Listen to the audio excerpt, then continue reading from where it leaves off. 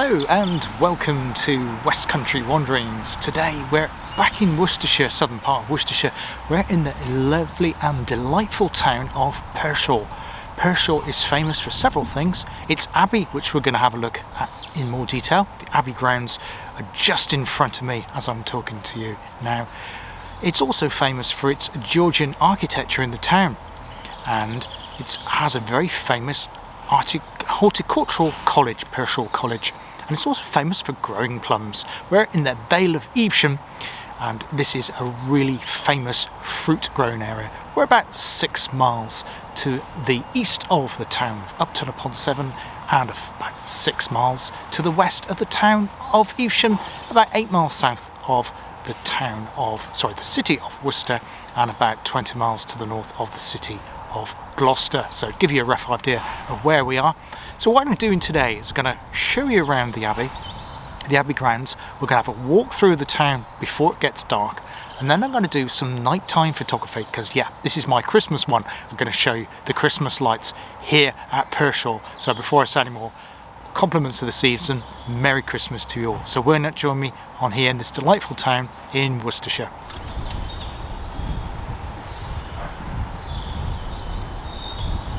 Now, Pershore Abbey is a bit of a misnomer because it's not actually an abbey at all, but it's a parish church. So why is it referred to as Pershore Abbey? Well, I'll tell you a bit more.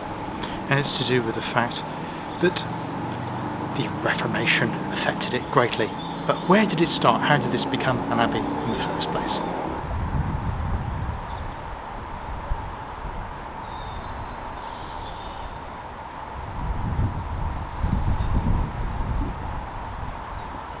Pershore Abbey was an Anglo-Saxon abbey, and the story started in the time of King Ethelred. I think we're coming around to 900, perhaps a little bit more. I'll put in the exact date that Ethelred was King of England. Now, he gave some 36,000 acres to King Osric over just down at the way in Gloucester, and those 36,000 acres make up very roughly the current shape and size of the current county of Worcestershire.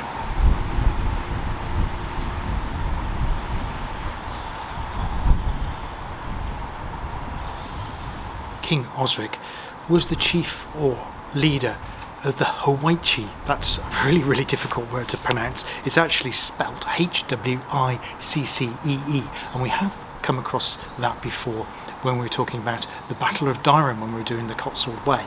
So how did that have anything to do with the Abbey? Well, of course, having all that acreage released from the King of England meant that the land could be developed, and obviously he was in charge of it. King Osric was in charge of it local, and he wanted to set up a monastery in this area at Pershore.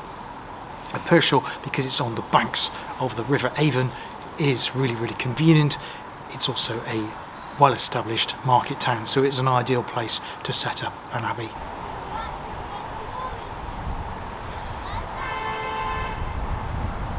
Now, in the reign of King Edgar, who was around from 959 to 975, Pershore reappears as one of the abbeys listed as restored under the programme of Benedictine reform. The first abbot was one Foldbrint, that's Foldbrint. He went into decline in the latter part of the 10th century, and unfortunately in 1002 the abbey was destroyed by fire. That seems to be a common theme with monasteries and abbeys, doesn't it? We've come across that a couple of times now on West Country Wanderings. And obviously, quite rightly, the monks deserted it because they had no shelter. I don't think it had a roof around 1002. However, the fortunes changed around. There was one generous patron, one Odder of Deerhurst. Now, Deerhurst is a village between Gloucester and Tewkesbury, so on the banks of the River Severn.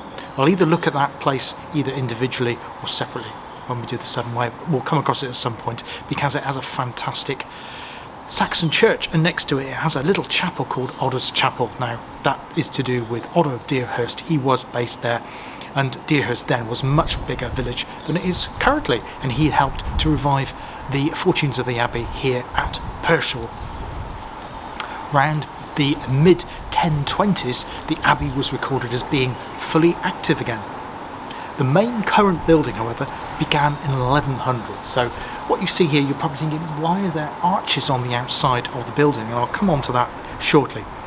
But in 1539, now you've probably come across this before, it was dissolved. You know, the Henry VIII, he dissolved the monasteries. It was called the dissolution of the monasteries, and of course this is one of the ones that was subsequently affected, and it then became partially demolished. Only the tower, which I've just done a clip of that, the choir, which we'll go and have a look at shortly, and the south transept remain of the Abbey from those days.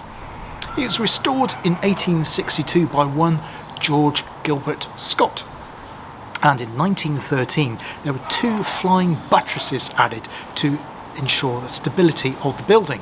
Now, because obviously it was a much bigger building and those original parts of the building were taken away, it became a lot more fragile, so they needed to put those buttresses in to ensure that the walls didn't bow out and the whole building collapse, and they were put in to support the missing portions.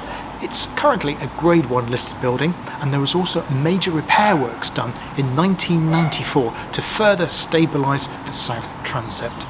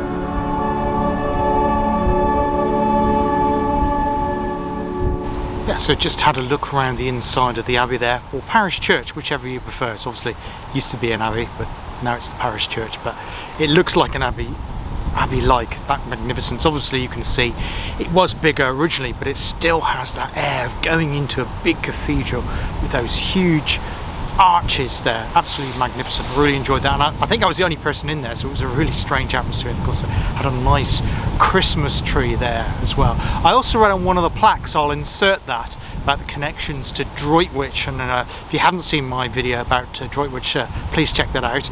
I explain about the history of the salt and why that town was important, and it also, this was on a route, so the salt was exported south from Droitwich, which is probably about 20 miles north of where I am at the moment, down through this town here on Pershore, and then taken across to other routes along the River Avon. And of course it's because of the River Avon that Pershore became wealthy, because it's a navigable river. Indeed it still is, all the way between Stratford-on-Avon and Tewkesbury.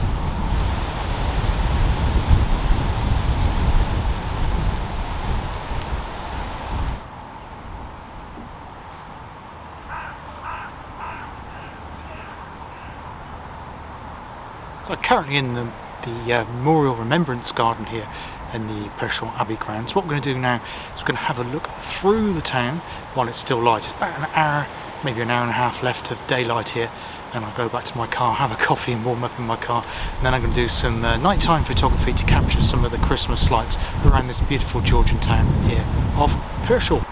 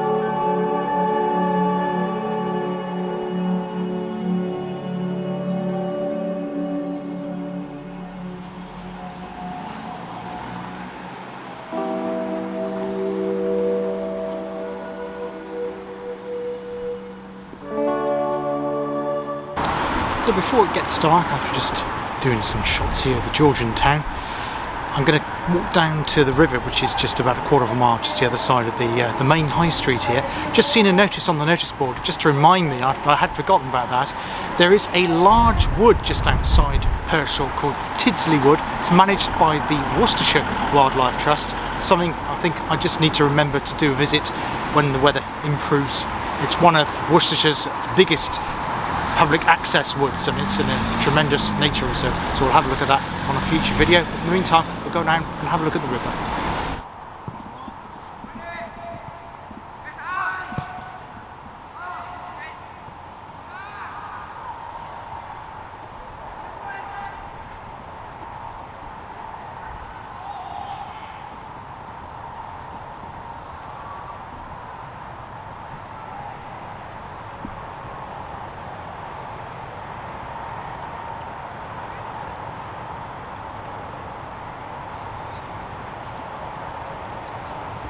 So this is the River Avon behind me. It flows down from Stratford-on-Avon. Well, it actually starts before Stratford-on-Avon. I think the source of the River Avon is in North Warwickshire somewhere. I'm not sure the exact point. I'll find that out and insert that. I've not actually ever been to the source. I've been to Stratford several times. Stratford's about 20 miles, shall I say, northwest of here, Pershore.